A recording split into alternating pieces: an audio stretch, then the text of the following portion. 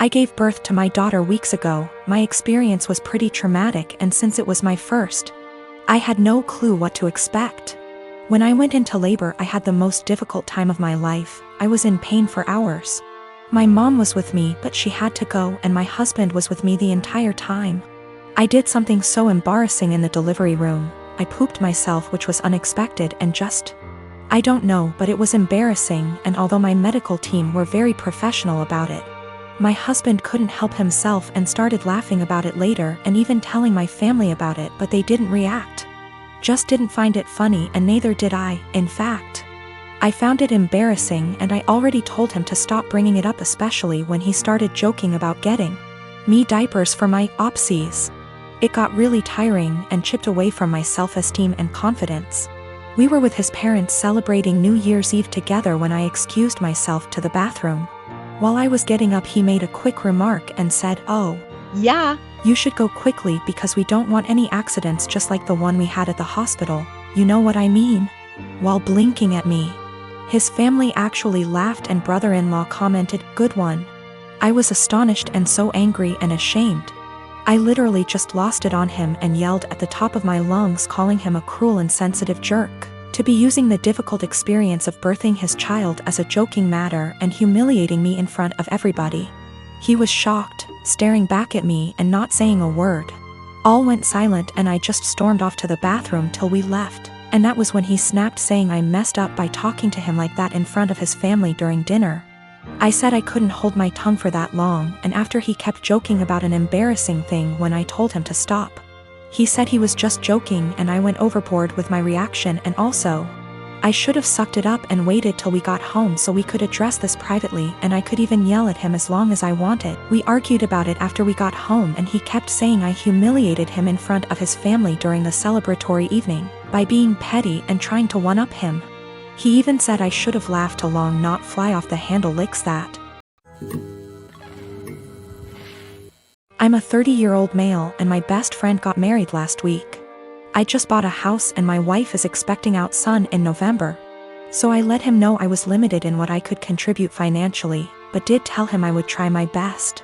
So, I went to the bachelor party in Maine. I rented the tux, and paid for mine and my wife's dinner at the rehearsal dinner. I also had a gift of $300 that I was going to give them, but we will get to why I didn't give it to them. His now wife, then fiancé, texted me multiple times a day with updates. Fine. I didn't always respond, and it got to the point where if I didn't respond at least once a day, I'd get a call from my buddy. I have a full-time job and am redoing some rooms in my house, so I'm busy. She texted me for the following reasons. 1. My wife was not allowed to talk about our pregnancy at all. She didn't want anyone to focus on that more than her, the bride. 2. She was not going to order special food for my wife. No one asked her to. My wife was fine with whatever she was going to be served. 3. I was not helping the groom enough. He had to help her with favors, seating charts and programs. So I had to help him with those things, according to her. She also said to get ready to help with thank you notes after the wedding. 4. She said if I was a true best man, I would offer to pay for the bar bill. I don't even know what that means. 5. She had to read to approve my speech before the rehearsal dinner and wanted to be included as much as my buddy. She told me to make up things if I had to. I was also not allowed to include anyone but the two of them, and no inside jokes or stories about my buddy that didn't include her. 6. Her last text said to tell my wife to keep it together and not make a pregnancy scene during the wedding. Also, she wanted her to choose a dress that downplayed her pregnancy as much as possible. I was just so aggravated. I spoke to my friend to see if he could reason with her. He told me to just play ball on this one. It's her day, and to cut him a break, because he'd be dealing with her nonsense for the rest of his life. I was annoyed but calmed down. The day of, all the bride and my buddy do is scold me, berate me, and bark orders. I head down to the bar for a drink. The bride's mother is there and warns me not to get drunk because I've ruined her daughter's day enough. I didn't give them the card with the cash, and in the speech, I used my friend's exact wording about having to deal with her nonsense for the rest of his life. I wished them the best and told him I'd always be there for him, especially during the divorce. My cousin, Jake, got outed about 4 or 5 days before his 18th birthday in the summer. His parents, my aunt and uncle, made arrangements for him to be sent to one of those awful camps that claimed they could cure him. A kid in his community was forced to go and came back and was clearly not well, so Jake didn't want to go. Jake ran away from home and jumped from one family house to another. His folks didn't file a missing person report because they didn't want to look bad to their neighbors. They just told them that he went to that camp willingly. He disappeared in the middle of October and turned up in my city a week later.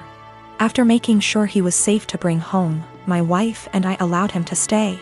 He didn't want me to tell the rest of the family for a while, because those people at the camp keep showing up to take him. I made sure to talk to a lawyer, who assured Jake that they cannot take him. 3 days ago, he told his parents he was here. A few hours later, those damn camp people showed up, but they were unable to take him. My family has been blowing up my phone for the last 2 days, angry that I didn't tell someone sooner. Well, Jake didn't feel safe yet, and still doesn't. I wanted to make sure he was ready. Still, even those that want to protect Jake is upset with me for hiding him. I figured I wasn't for hiding him from my more narrow-minded family. It was those that really wanted to help Jake that made me feel guilty. They were all scared out of their minds and wanted the peace to know he was okay. I felt bad for not telling them. Though I am sure they wouldn't had turned him in, I felt bad because we were working on keeping him safe. Also, we got a lawyer who got the police on the lookout for those camp people in case they try anything. Jake is not going out alone until we are sure he is safe.